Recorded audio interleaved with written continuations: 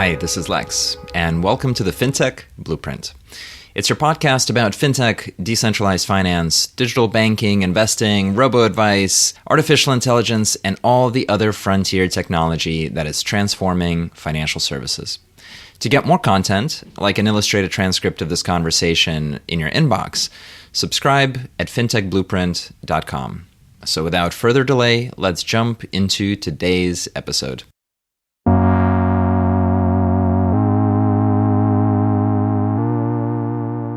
Hi, everybody, and welcome to today's conversation. We have a fantastic set of topics today, and with us we have Farouk Ferchichi, who is the president of Envestnet Data and Analytics.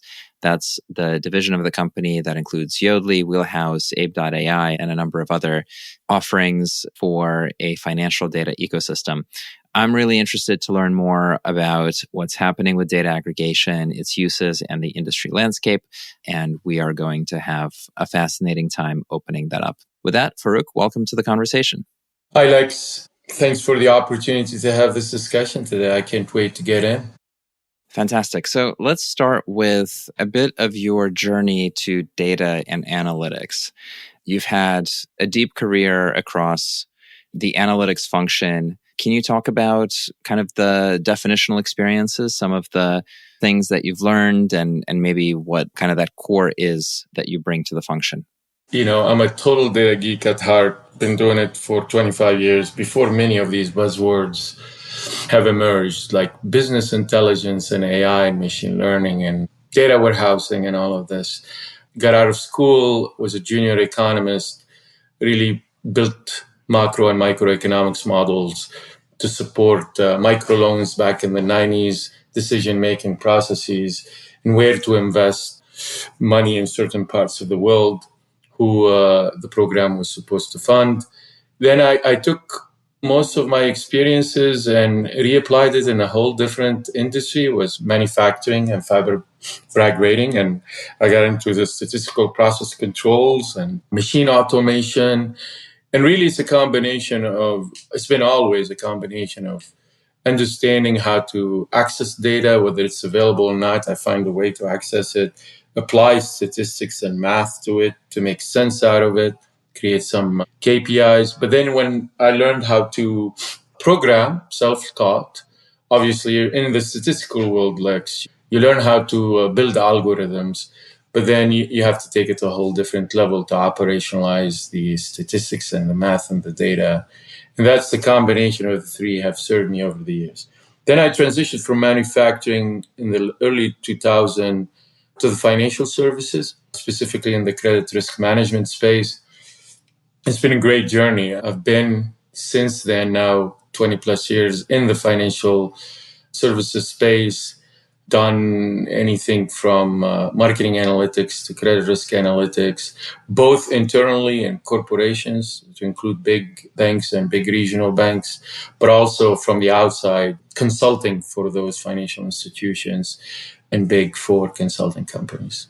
I believe all of that set me up. I was one of the pioneers of thinking about data as a product years and years ago. And I've always doubled down on the idea that to get the most use internally or externally from the data analytics production, you really need to productize that. Either it's a core product that you sell coupled with software, or internally treated as a product so you can bring the discipline, but also the discipline of business management into the production of data analytics, and then integrated seamlessly into the digital experiences, product plans, the actual product, whatever those product may be for you. And if financial institution is really about, selling finance products like mortgages and credit cards and investment products and annuities and the like. So I thought, all of that set me up for taking this challenge to head up a company that is a native data analytics, AI, and machine learning. So also known to the audience as Yodlee, which is the Envestnet data analytics business. So before we get into all the interesting things that Yodlee does, you had a big role at Gartner as a partner around data and analytics and digital advisory, and a big role at USAA as the chief data and analytics officer. There's a lot of like macro strategy stuff, I'm sure, in that. But like, what is data analytics, and why do companies want to transform their data, digitize their data? Like, what's the practice? So I guess, what is data analytics, number one? And then how does it apply, or how did you see it get injected into companies that maybe did not have these practices? Yeah, I think data analytics is really a very technical word that describes a very specific supply chain. I think, over the years, I get asked that question a lot. If you're in manufacturing, you have defined your supply chain, your car manufacturer or your telecom manufacturer or what have you. If you are in the financial services, your supply chain is effectively your money supply chain. You borrow the money on one side and you borrow the money on one side and you borrow it to others on the other side. And in order to achieve that objective of money business, you need to create an entire supply chain of front, middle, and back office to borrow the money as well as to distribute it and give it to consumers that need it or whomever you're serving. In the data analytics space, it's very similar. You need to find a way to define that supply chain, which starts by identifying where and what type of data you are needing. And you need to build the bridges and the pipelines to go get it and ingest it in an environment where you can play with it, organize it, normalize it, partition it in a way that makes sense out of that bulk ingesting of raw data. Once you do that normalization, organization, cleansing, or what have you, now it's time for you to kind of identify what is it that you're trying to use it for, what problems, what economical problems or others you need it. And that's where you need to define the use cases. And, if you operate within the financial institution, the use cases have to be aligned to that money supply chain we talked about. If you're in manufacturing, this data analytics supply chain has to align accordingly. So in the case of a financial services, really the use cases is, hey, can I use that data to further enhance my credit risk models, whether that's on the decisioning side or on the back end in the loss credit forecasting, or in further along in the credit management and the collection strategies and so on. Other use cases can be, can I enhance my product planning? Instead of using research and expertise, can I overlay more granular data to help me better segment my clients' needs and their behavior, and either position the products for the right customers or enhance my products appropriately. And you can go on. So once you define that, then you need to figure out what are the techniques I need to use to actually deliver on that use case. And there is nothing better than math and statistics to actually build a derivative signal from that underlying organized cleansed data to achieve those use cases. Of course, you can use business rules, and that was the original use case implementation on top of that data, which was called business intelligence, which continues to be, hey, I have a well-defined set of business rules that I want the data to be applied against. As you can imagine, really applying the statistics and math.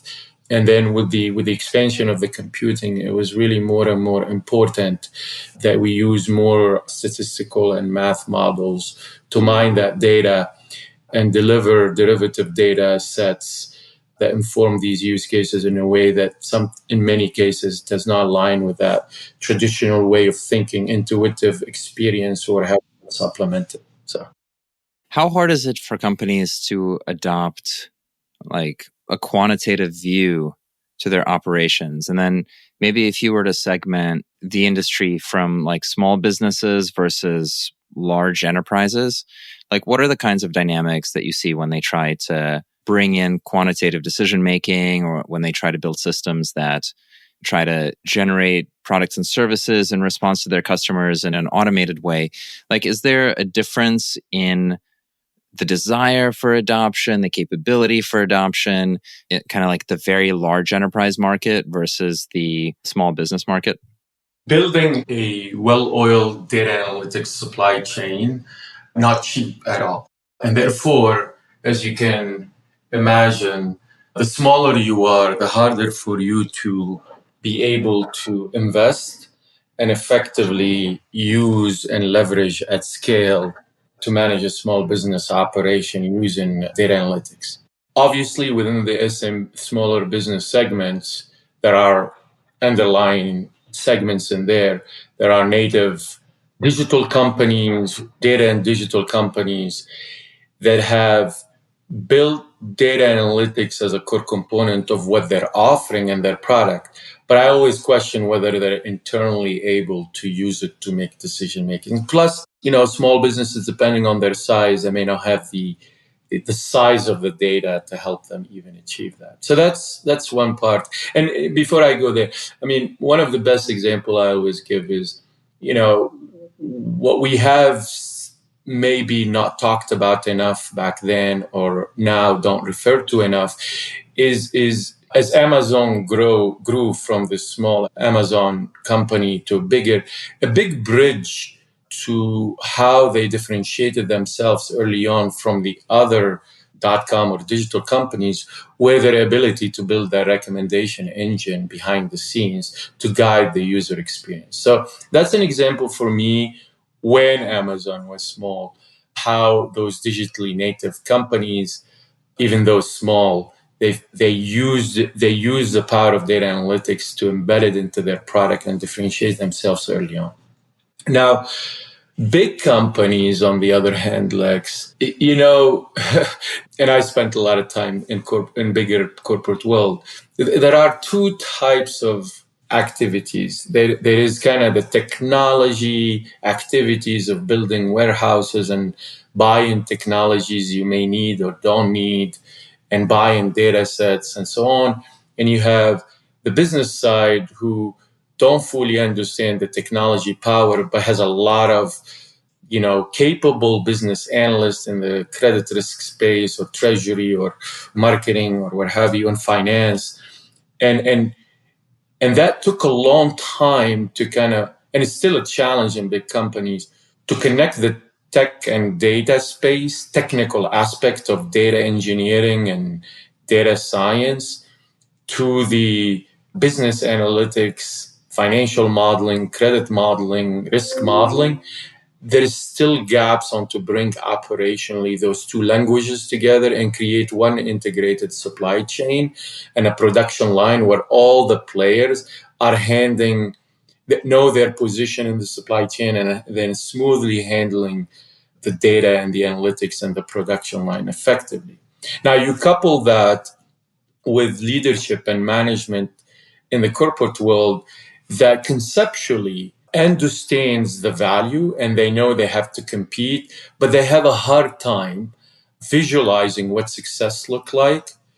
And because they haven't, a lot of the leaders at the top, historically speaking, they haven't grown in a world where data analytics is beyond just MIS, if you know what I'm saying. So it's really conceptually, and then you overlay the cost of data analytics and what it takes and the amount of organizational change and change management to redefine people's roles, to introduce new roles like data science, to change the incentive models, the comp models.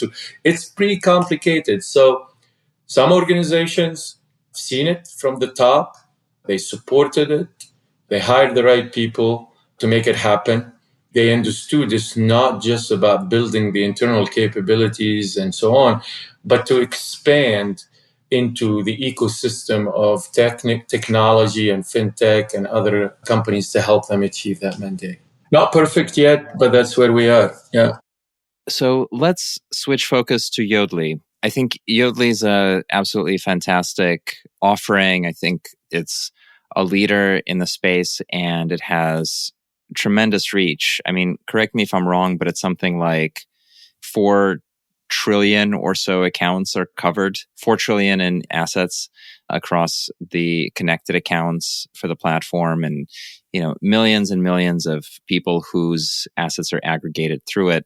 Can you talk about what Yodlee is today and kind of how it's changed over time? For the listeners who don't know Yodlee, Yodlee is the grandfather of financial accounts, financial data aggregation back when in late 90s, early 2000s, and has been investing in that for the past 24 years. And we continue with open banking focus on that. That's our heritage. Over the years, we've implemented, now that you connect all that financial data and the underlying transaction of that financial data. So if you have, a annuity account, and you have a brokerage account, and you have a credit or multiple credit card accounts, and you have a banking, and you have a bank account, and you have a saving account, a deposit and a checking, and then a saving, we can connect all of that. But what is more important is also we can go deeper. We know where that money is going and how it's coming from every account. So to your statistics, Lex, annualized through our rails, we consume about $5+ trillion of US spent, household spent. And what we can do with that, what we were able to do is take that raw data and actually spend years and years mastering the cleansing and the enrichment of that data. And we have over like 100 or so patent AI and machine learning models just focus on cleansing and removing the noise from all those quote unquote noisy transactions and make it useful to the institutions or the end consumer to either understand their data, and for the financial serving institution who have access and rights to that data to actually mine that data to help bring better credit solutions, etc. That's where we came from, and we spent probably the good part of the first 10, 15 years doing and mastering this, and we'll continue. Then for the past 5 years, and recently in the past couple of years, we took it to a whole different level. Now that we've applied the AI machine learning to actually cleanse that data and actually make it available for use, we took it to a whole different level, and we challenged ourselves on how we're going to use this data to solve end consumers' problems and or solve functional business management problem in the money supply chain we discussed earlier. So on the corporate side, we built an entire new layer of AI machine learning, solving credit risk management problem use cases, solving marketing segmentation problem. And what we're not replacing an existing marketing segmentation model a particular FI has. What we have is an overlay that aligns, there is a configuration that has to happen aligning your top of the tree segmentation. If I take marketing as an example, I can take your top of the tree segmentation, and then I can use the financial transaction data and the power of our data into augmenting your marketing segmentation to give you even a better signal and a better understanding of the consumer behavior. Same thing with the credit. We're not here to replace, our intention never really to replace what you have built as an internal credit risk models or you use an external credit bureau input, but we are an overlay to use the power of alternative credit data, financial transaction data signal to be able to help you decide on fringe decisions. If you are not sure whether to give a credit to that client, you can use in our data to make a better informed decision one way or another. The last layer that we're investing in, connectivity, open banking, data, and analytics, as I just mentioned, and maybe it's too abstract, Lex, to a lot of people at the top, and sometimes at even the technical folks. So what we've been investing in, how do you bring this to life in a way that is visualized? And we've built what we call 3 macro experiences. One what we call the corporate experience. So we're taking my Yodlee, which is our own built portal for how FI employees interact with us. And we're presenting all these intelligence and analytics through that portal. And we serve anywhere from executives in persona in that portal to risk analysts and marketing analysts and the like. The other is what we call the next gen PFM, or the next generation personal financial management, where we are taking personal financial management to the next level from discovering about your money, meaning, hey, how did I spend the money? How did I connect where my money is going? I can even do cash flow forecasts in short and long term. All of that is wonderful. But we're adding another layer of planning. Now that you learned about your money, we nudge you to think about planning your money in a long run and a short term. Effectively, we help you give you the ability to using the data and AI and the digital experiences to help you think through your long-term plan, as well as what are the short-term plans that you need to put in place that will help you achieve that long-term plan, financial plan. Then we nudge you after the plan to say, think about automating these plans into goals. And then we have the technology and capabilities to actually automate those goals on your behalf, give you the governance and the tool to actually change those automation anytime you want. And then more importantly, schedule those goals and we continue to invest in this, our money management initiation capability to actually execute those goals. I spent a lot of time thinking about PFM and personal financial management and its shape in the early days. What you describe has traveled quite a bit from there. So the first thing that kind of jumps out to me is aggregating brokerage data. So here are my investment holdings and here's where they are. And then aggregating brokerage transaction data. Here are the trades I made and this is the cost basis and so on that flows into performance reporting. Like that task is very different from aggregating spending data. You mentioned payments volume, and payments volume is really interesting, and it connects to pulling data out of the banks and the open banking movement, and of course, like embedded finance, all of the words around that. And historically, those two have been quite different data sets. So it's interesting to me that you've described them together and that you gave the example of credit underwriting, because again, credit underwriting is very much like a banking challenge.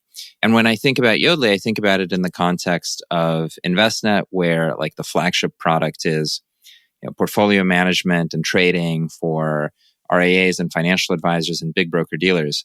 So before we kind of go even further, I'm curious as to how these additional capabilities around credit, around payments, around banking have gotten kind of attached and developed in an environment of a company that is very focused on, the advisor desktop, the advisor experience, and investment management. Yeah, absolutely. And I think that's Lex's great question.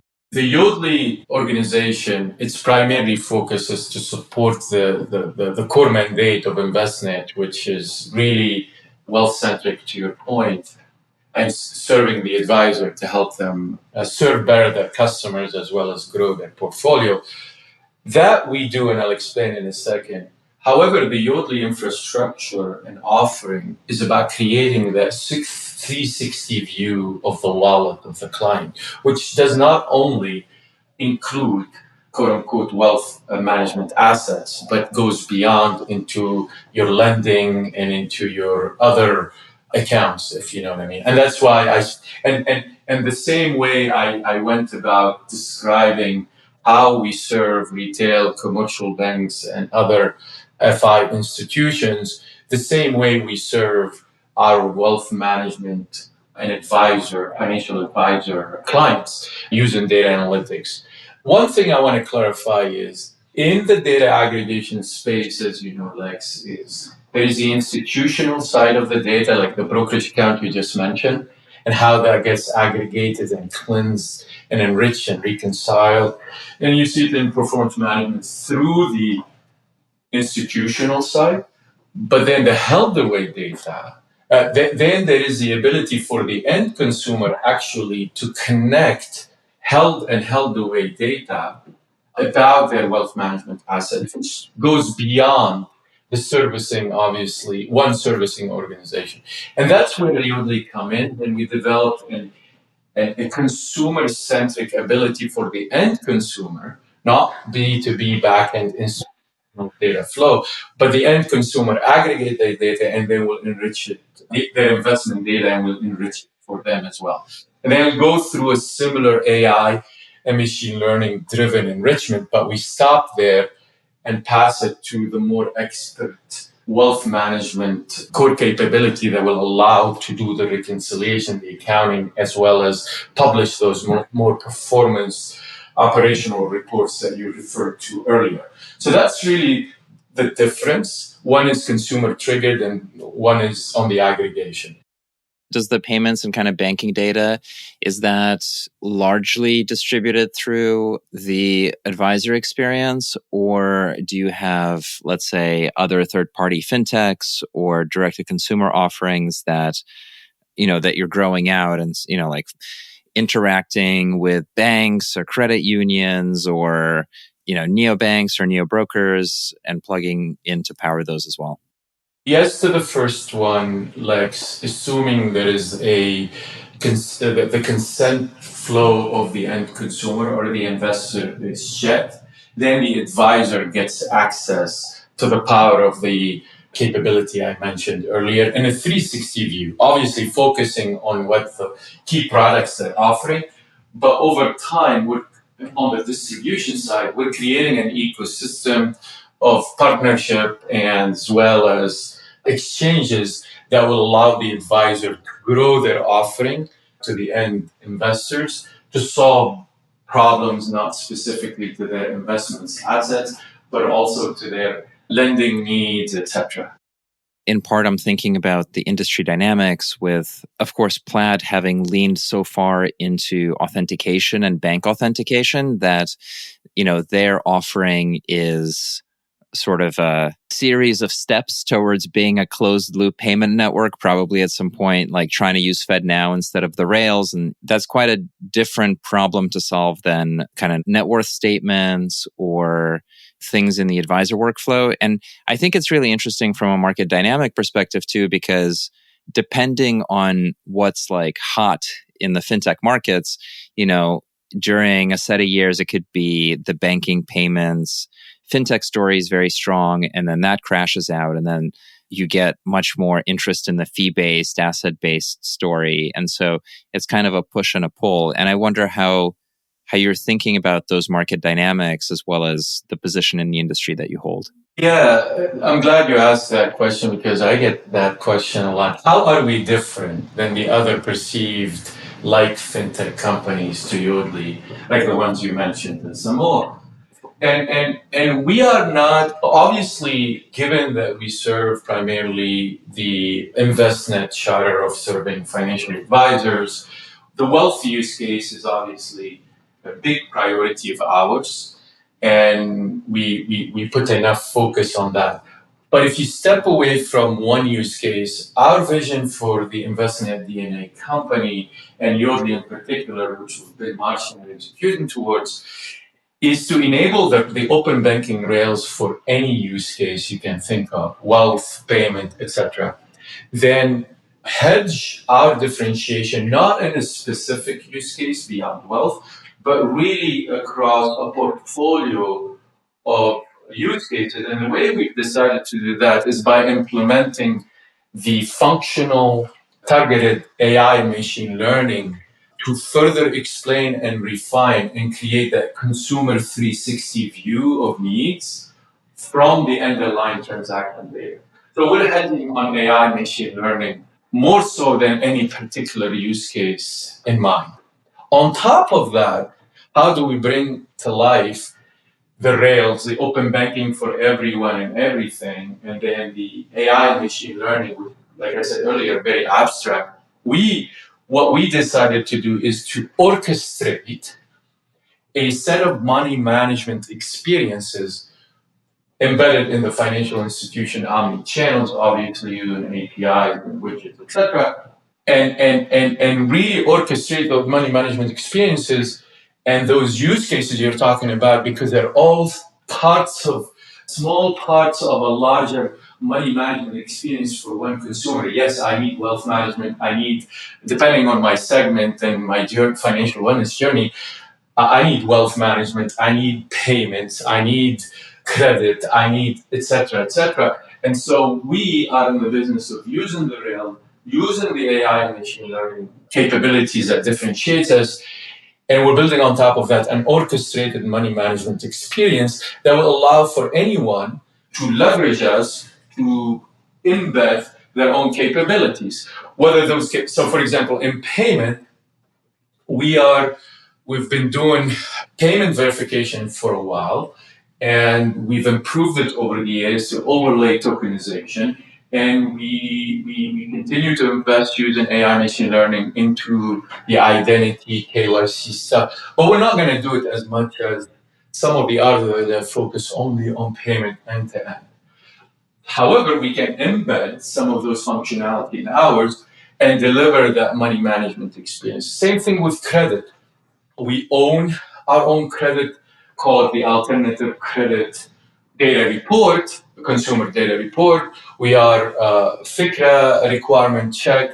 But are we going to move into a pure lending organization? Obviously not. Or into digital banking? Obviously not. But we are going to power the credit decisioning with real connectivity, obviously through open banking, AI, and machine learning on top of that data to make sense of it, and then present that credit report, alternative credit report about the consumer, and we embed it in any workflow, credit workflow. In wealth management, it's really for us has been about helping building a financial advisor, smart assistant behind the scenes that helps them see hidden value in their portfolio of investors' assets, where it's not as easily identified. So what we do is we find tax overlay opportunities. We find brokerage to manage conversion opportunities, or manage non-managed to managed assets conversion opportunities, and we nudge the advisor to pay attention, and then we calculate the value that the end investor will receive from that opportunity, and then what the advisor value could be. Productivity gain as well as growth gain for both the consumer and the financial advisor.